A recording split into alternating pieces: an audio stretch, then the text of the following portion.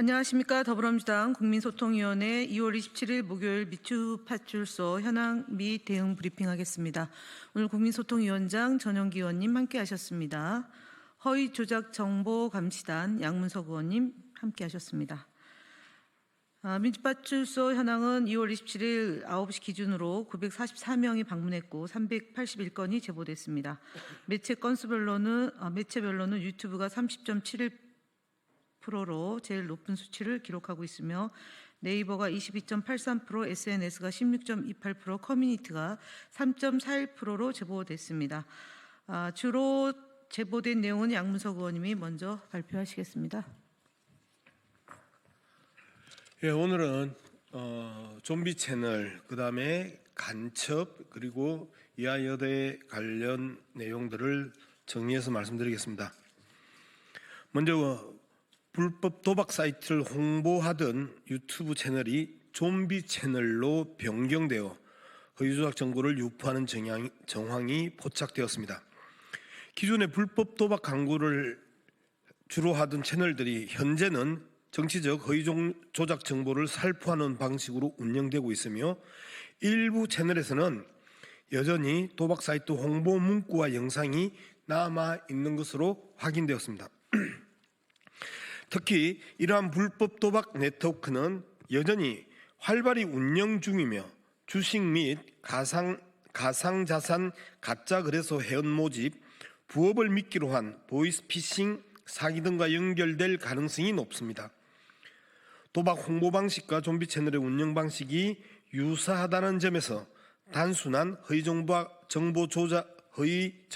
유포를 넘어서 조직적인 범죄 행위로 확산될 우려가 크고 사실상 조직적 범죄라고 저희들은 확신하고 있습니다. 다음으로 내란 우두머리 피의자 윤석열의 헌법재판소 최후 진술 이후 이태원 참사 대북 공작설이 다시 유포되고 있는 정황도 확인되었습니다. 극우 커뮤니티에서는 이태원 참사 직후 진상규명을 요구한 민주당이 북한 지령을 받은 간첩단과 동일한 행동을 했다는 윤석열의 발언을 악용하여 허위 사실을 퍼뜨리고 있습니다. 이는 단순한 왜곡이 아니라 참사로 고통받는 피해자와 유족을 외면한 채 극우 지지층 결집을 위한 정치적 도구로 이용하고 있는 것입니다. 부정선거 음모론과 마찬가지로 사실을 조작해 국민을 선동하고 갈등을 유발하는 아주 악의적인 행태입니다. 지난 2월 26일 이하여대에서 열린 탄핵 찬반 집회에서 벌어진 충돌 사건과 관련하여 또다시 허위 사실이 유포되고 있습니다.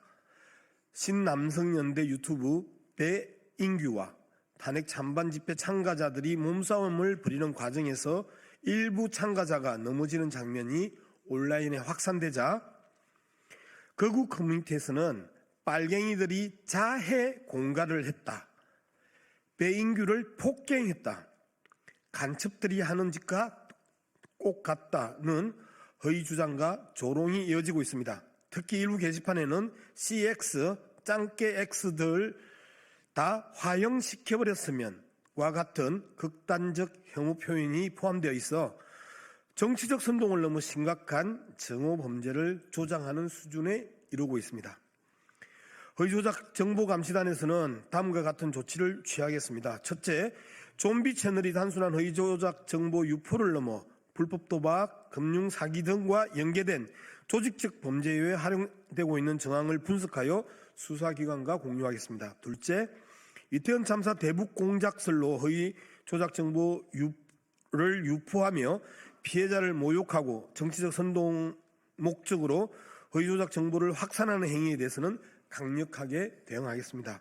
셋째, 이화여대 집회 참가자들에게 피해를 끼친 극우 유튜브와 허위 조작 정보로 여론을 조작하는 자들에 대해서는 적극적으로 법적 조치를 하겠습니다. 국민소통위원회 허위조작 정보감시단은 악의적인 허위조작 정보 확산을 막기 위해 끝까지 대응하겠습니다. 국민 여러분께서도 민주파출소의 적극적인 제보와 협조 부탁드립니다. 네, 어제 국민의힘 서지영 원내대변인이 논평을 통해서 허위 조작 정보를 유포했습니다. 극우정당 국민의힘이 기승전 이재명 대표를 걸고 넘어지는 일이 어제 오늘의 일이 아니라 바로 일상화되고 있습니다. 민주당의 정당 활동에 대해 트집을 잡고 말도 안 되는 터무니없는 일로 재생산하고 있는 점에 대해서 강력히 규탄하고 있습니다. 민주파출소는 지난 1월 2일 공식 출범한 이후에 총 33만 명이 방문하였고 약 9만 건의 제보가 접수됐습니다. 지난 1월 2일, 10일 동안 양일간에 걸쳐서 비상계엄 옹호 발언한 극우 유튜브를 명예훼손으로 고발했고 국민의힘 진짜뉴스 발굴단을 명예훼손 혐의로 고발했습니다. 스카이데일리에 대해서는 언중에 제소하고 있습니다. 1월 24일 서부지법 폭동 관련해서 게시글 41건을 영등포 경찰서에 고발했고 2월 5일에는 국민의힘 지도부 살해 협박을 포함한 6건을 서울경찰청에 고발한 바 있습니다. 이재명 대표에 대한 허위사실, 소년원에 다녀왔다는 등 이미 허위사실임이 명백히 밝혀져서 된 사건에 대해서도 유포한 것에 대해서 저희가 고발했고요. 당대표 및 당인사 살인 예고 글 14건, 문형배 헌법재판관 등 허위사실 게시글 21건, 전강훈 목사, 손연보 목사, 전한길 강사, 코나아이, 803 구판, 헌재 LPG 자폭 등 허위사실에 대해서 저희가 고발했습니다.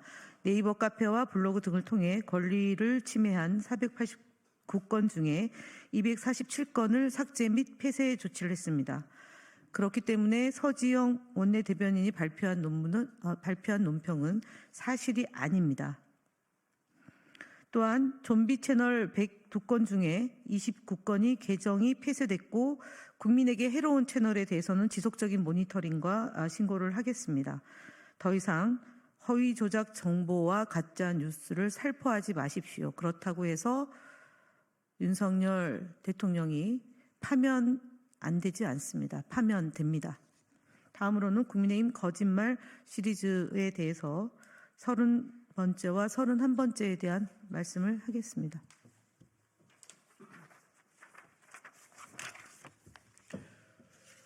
네, 국민의힘 거짓말 시리즈 30번째 발표드리겠습니다. 국민의힘 나경원 의원은 지난 18일 헌법재판소와 중앙선거관리위원회, 감사원 등 헌법기관 및 국가기밀을 다루는 기관에서 외국인 공무원의 임용을 제한하고 이미 임용된 외국인 및 복수국적 공무원에 대한 보안심사를 대폭 강화하겠다는 헌법재판소법 개정안 및 국가공무원법 개정안을 발의하겠다고 예고했습니다. 그러나 헌법연구관은 국가공무원으로서 사실상 법관과 동일한 신분이 보장되며 사법시험을 통과해야만 채용될 수 있습니다. 즉 외국인은 특정직 공무원이 될 수 없습니다. 실제로 중국인이나 화교 출신의 헌법연구관은 존재하지도 않습니다. 또한 중앙선거관리위원회는 2023년 11월 30일 공직선거 사무편람을 개정하여 대한민국 국민이 아닌 사람은 투개표 사무원으로 위촉할 수 없도록 조치했습니다. 그럼에도 불구하고 나경원 의원은 윤석열 대통령의 비상계엄 옹호를 위해 존재하지도 않는 중국몰이를 펼치고 있는 것으로 보입니다. 심지어 단순히 이름이 중국식이라며 요즘 초딩도 안 하는 조롱 섞인 행동을 보이고 있는 것으로 생각합니다. 이러한 극우적 행보는 심각한 우려를 낳습니다. 나경원 의원은 근거 없는 선동을 멈추고 책임 있는 정치를 하시기를 바랍니다. 국민의힘 거짓말 시리즈 31번째입니다.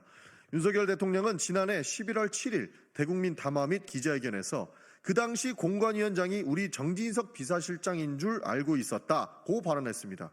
새빨간 거짓말이었습니다. 그러나 윤석열 대통령도 모를 리 없었을 거라고 봅니다. 윤석열 대통령은 2022년 5월 9일 명태균 씨와의 통화에서 김영선 전 의원의 공천과 관련하여 내가 상현이한테 한 번 더 얘기할게. 걔가 공관위원장이니까 라고 말했습니다. 즉 당시 공관위원장이 누구인지 정확히 알고 있었던 것입니다. 1년이 조금 지났다고 해서 이러한 사실을 잊었다면 대통령으로서의 자격이 의심스러우며 만약 의도적으로 거짓말을 했다면 이는 더욱 심각한 문제로 볼 수 있습니다. 윤석열 대통령은 말할 때마다 사실을 왜곡해서 이제는 어떤 말이 진실인지조차 의심스러운 상황이 됐습니다. 명태균 씨의 황금폰이 점점 수면 위로 떠오르고 있습니다. 윤석열 대통령의 거짓말도 하나둘씩 드러나고 있습니다. 이제 진실 시간이 다가오고 있다고 보입니다. 윤석열 대통령께서는 대한민국의 대통령으로서 최소한의 자존심과 품격은 지켜주시기를 바랍니다.